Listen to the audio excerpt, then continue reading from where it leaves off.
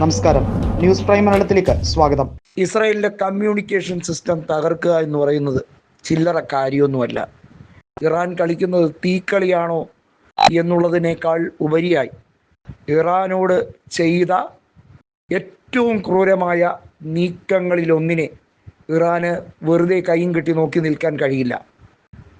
അവരുടെ രാജ്യ തലവനായ അയത്തുള്ള അലി ഖമനേയിയെ കൃത്യമായും അദ്ദേഹത്തിൻ്റെ വിലാപയാത്ര പോലും എന്തുകൊണ്ടാണ് ഇറാൻ ഭരണകൂടം നീട്ടിവെക്കുന്നത്?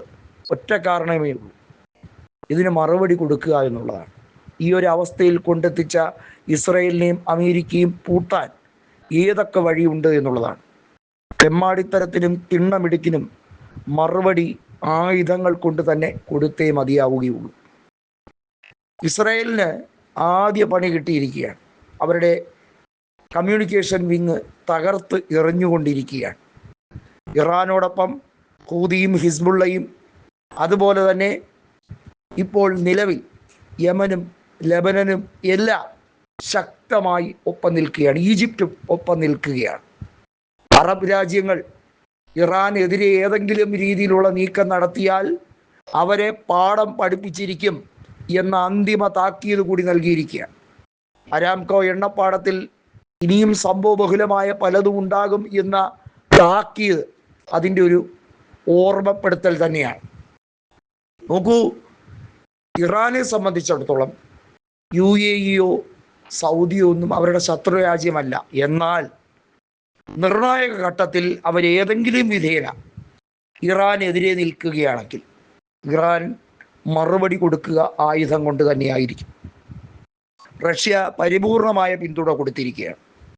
ഇറാൻ ആണവായുധം ഉപയോഗിക്കാനുള്ള സാഹചര്യങ്ങൾ, അതിനുള്ള എല്ലാ രീതിയിലുള്ള സംവിധാനങ്ങൾ വരെ റഷ്യ ഒരുക്കി കൊടുക്കാമെന്ന് സമ്മതം നൽകിയിരിക്കുകയാണ്. റഷ്യയെ സംബന്ധിച്ചിടത്തോളം അവരുടെ പാചകവാതക പൈപ്പ് ലൈൻ ഉൾപ്പെടെയുള്ള നിർണായക കാര്യങ്ങളിൽ ഊർജ സംരക്ഷണ മേഖലയിൽ കൊടുക്കുന്ന ഒരു സപ്പോർട്ടുണ്ട്. നമ്മുടെ രാജ്യത്തിനും ഇറാൻ കൊടുത്തിരിക്കുന്ന സപ്പോർട്ട് ആ ഒരു രീതിയിലാണ്. അതായത് ഇറാൻ എന്ന് പറയുന്ന രാജ്യം, അതിൻ്റെ ചബഹർ തുറമുഖം എന്ന് പറയുന്ന നമ്മുടെ രാജ്യത്തിന് ഏറ്റവും നിർണായകമായ ഒരു തുറമുഖമാണ്. നമുക്ക് പാകിസ്ഥാൻ വഴിയല്ലാതെ നമുക്ക് ഇറാനിലേക്ക് അക്സസിബിലിറ്റി കിട്ടുകയും നമുക്ക് ഗൾഫ് നാടുകളിലേക്ക്, അതുപോലെ തന്നെ നമുക്ക് ഇറാനിലെ എണ്ണ കുറഞ്ഞ വിലയ്ക്ക് എത്തിക്കുന്നതിന് ഒക്കെ എടുത്തിരിക്കുന്ന എഫേർട്ട് കണ്ടില്ല എന്ന് നടിക്കാൻ നമുക്ക് കഴിയില്ല. നിർണായക ഘട്ടത്തിൽ ഇന്ത്യക്ക് ഇസ്രയേലിനെ കൈവിടേണ്ടി വരും. നരേന്ദ്രമോദിക്ക് ലക്കും ലഗാനുമില്ലാതെ ഇസ്രയേലിലെ തെമ്മാടിയെ കൂട്ടുപിടിച്ച് ഇസ്രയേലാണ് നമ്മുടെ ഉറ്റ ചങ്ങാതി എന്ന് പറഞ്ഞാൽ ഉടൻ ചങ്ങാതിയാവുകയില്ല.